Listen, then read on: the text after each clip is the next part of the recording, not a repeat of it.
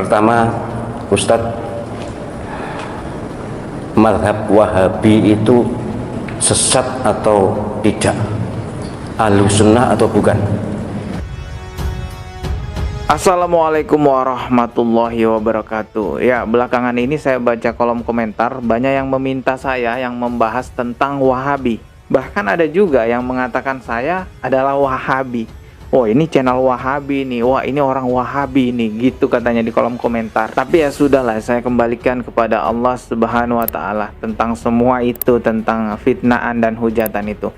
Kita berkaca kepada Rasulullah Sallallahu Alaihi Wasallam. Beliau aja manusia yang paling mulia di muka bumi ini, ada yang menghujatnya, ada yang menghakiminya. Apalagi orang seperti saya yang nggak ada apa-apanya, ya pasti ya banyak yang menghujat. Tapi saya terus terang belum tahu ya orang-orang yang berkomentar bahwa Dodi Sefriadi itu adalah seorang Wahabi, dasarnya itu apa? Apakah karena saya banyak membahas tentang Syiah, saya membongkar tentang Syiah lalu saya dikatakan sebagai Wahabi? Mungkin aja. Karena memang orang yang paling membenci, orang yang paling tidak suka dengan kaum Syiah atau menentang kaum Syiah adalah kelompok orang-orang yang disebut-sebut sebagai Wahabi. Oke, ya sudahlah, untuk pembahasan tentang Wahabi ini saya akan mengajak teman-teman semua untuk menyimak sebuah video. Ini video dari Profesor Dr. Kiai Haji Ahmad Zahro ini guys ya namanya. Kalau kita lihat biografinya dari Wikipedia, beliau adalah seorang guru besar bidang ilmu fikih hukum Islam di Universitas Islam Negeri Sunan Ampel, Surabaya, dan salah satu imam besar Masjid Nasional Al-Akbar, Surabaya.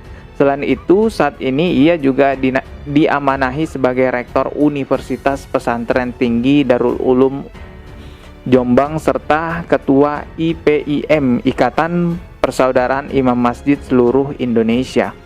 Prof. Zahro, sapaan akrabnya, juga merupakan seorang dai yang sering mengisi pengajian di berbagai tempat dan binaan acara kajian di beberapa stasiun televisi dan radio seperti JTV, Kiswah TV, TV 9 Surabaya, serta radio SAS FM. Kalau kita lihat di sini, wah ini adalah riwayat pendidikannya ya. Ini panjang, nggak mungkin saya bacain semua. Yang jelas sudah tidak diragukan lagi lah ya beliau ini. Kalau kita lihat di sini, disertasinya udah dibukukan oleh LKIS Yogyakarta dengan judul Tradisi Intelektual NU. Wah, ini berarti beliau ini tokoh NU juga guys ya. Coba kita lihat ya videonya. Pakai headset dulu. Kita dengarkan penjelasan Prof. Ahmad Zahro ini tentang Wahabi. Baik, pertama Ustadz, mazhab Wahabi itu sesat atau tidak? Ahlussunnah atau bukan? Ya begini, ini sebenarnya sudah pernah saya terangkan ya, mungkin tidak menonton YouTube atau belum diunggah, saya lupa, tentang Wahabi. Pertama yang harus diketahui, Wahabi itu ada dua macam. Ada Wahabi Khawarij, Abdul Wahab ya, bin Sulaiman, itu Al-Khariji, Khawarij, itu yang sesat karena mereka mengkafirkan kita semuanya. Ada yang Muhammad bin Abdul Wahab, itu Wahabi yang sekarang ada di Saudi Arabia itu. Memang zaman tahun 20-an, 30-an itu ketika Wahabi atau pemerintah Saudi baru terbentuk, mereka kerjasama dengan ulama Wahabi, itu keras sekali, akan membongkar makam Nabi, ya akan memindahkan makam Nabi, semua wirid dilarang dan sebagainya, keras sekali, sehingga berdirilah NU ya, merespon itu, dan ormas-ormas di dunia keberatan dengan langkah Wahabi. Dalam perundingan akhirnya berhasil. Tapi kemudian dilanjutkan oleh generasi yang kurang mengenal Wahabi. Sampai sekarang ini pun ada yang mencaci maki Wahabi, menganggap sesat Wahabi, menganggap Wahabi bukan Ahlussunnah. Sebagai Muslim saya sangat keberatan. Saya bukan Wahabi, jelas bukan Wahabi, tapi tidak rela kalau saudara kita dicaci maki. Saudara kita Wahabi yang ada di Saudi Arabia dan sekitarnya itu adalah Wahabi yang Ahlussunnah.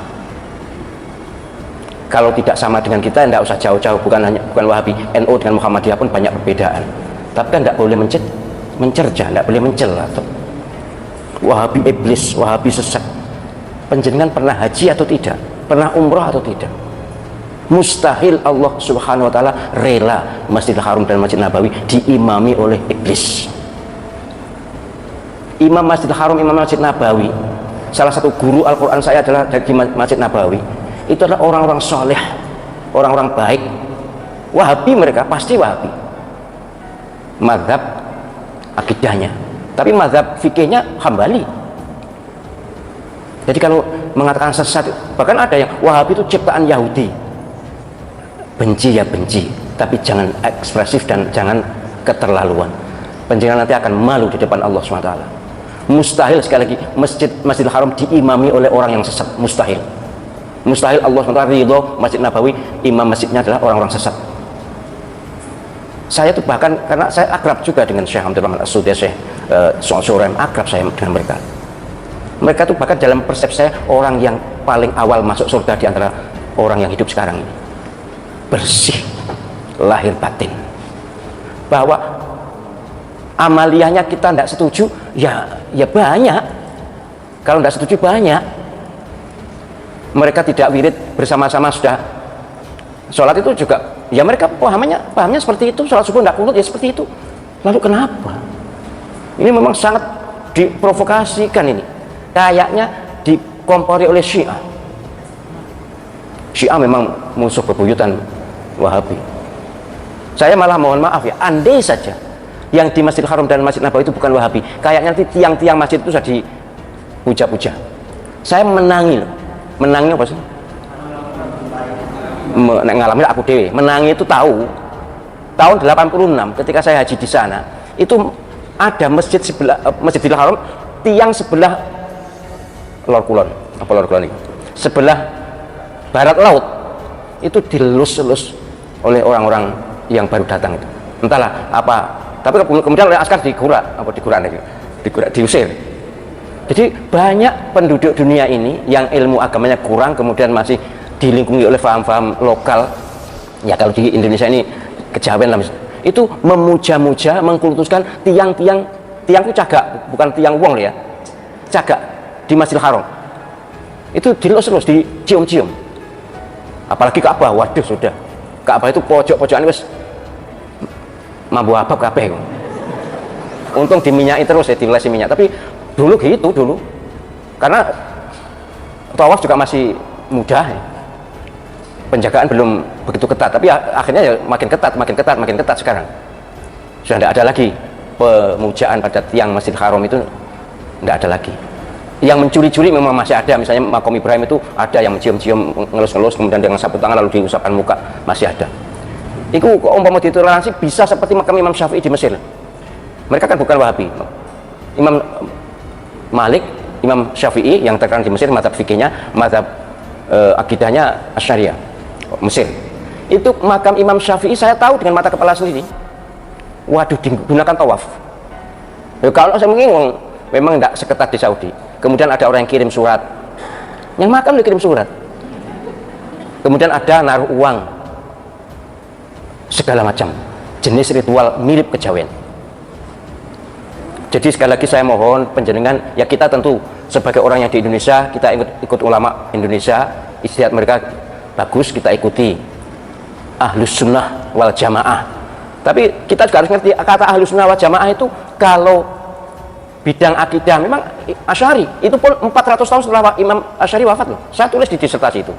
Jadi istilah Ahlus Sunnah wal Jamaah itu bukan Imam Asy'ari langsung.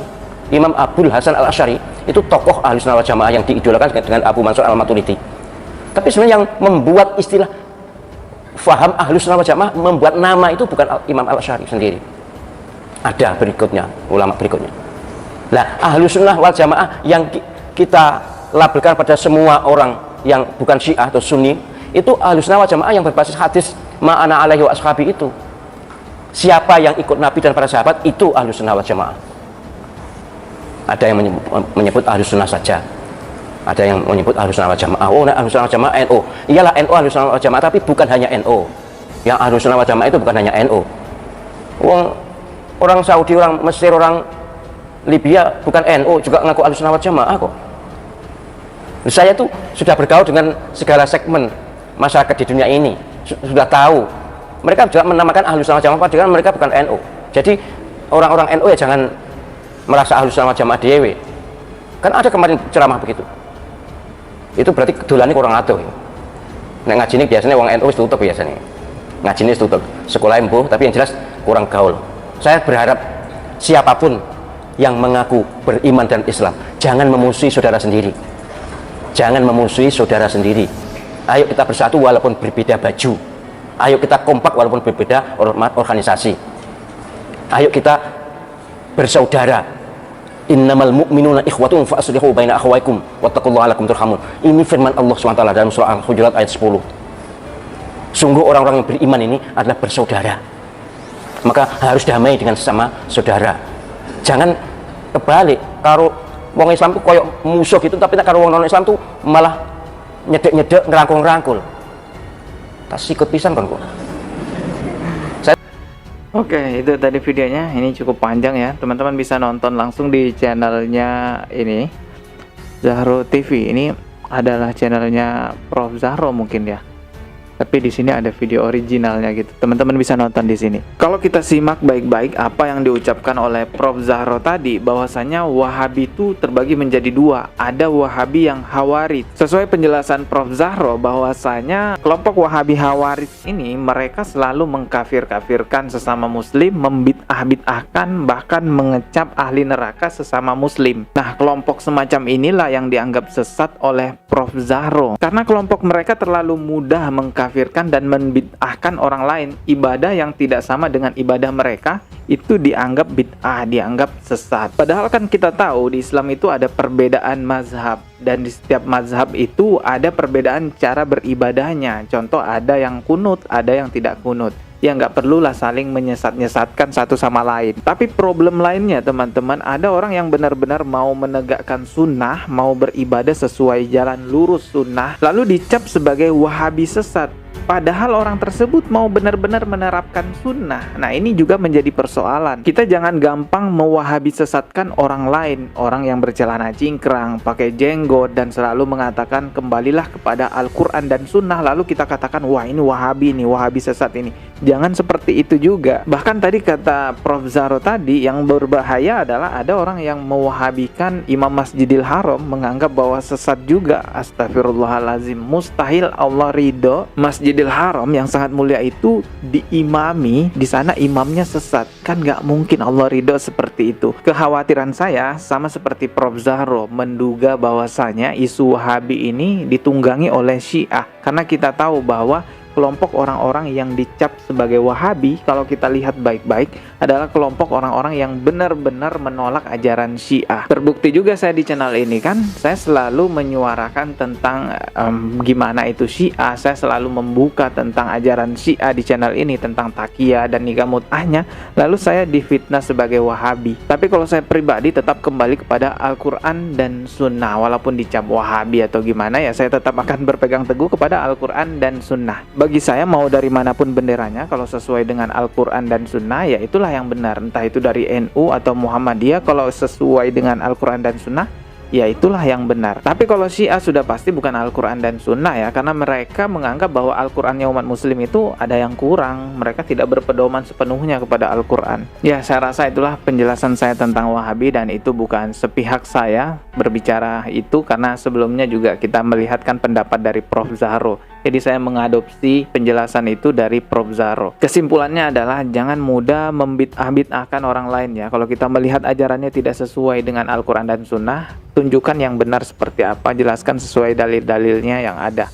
Namun jangan juga mudah mewahabi-wahabikan orang lain. Karena bisa jadi orang yang kita cap-cap sebagai Wahabi itu adalah orang yang mau menegakkan sunnah. Lalu isu Wahabi ini ditunggangi oleh pihak-pihak lain untuk mengadu domba antara kita sesama Ahlus Sunnah wal Jamaah. Oke, saya rasa cukup sekian video kali ini. Semoga bermanfaat. Klik tombol subscribe di bawah dan klik juga loncengnya sebagai notifikasi.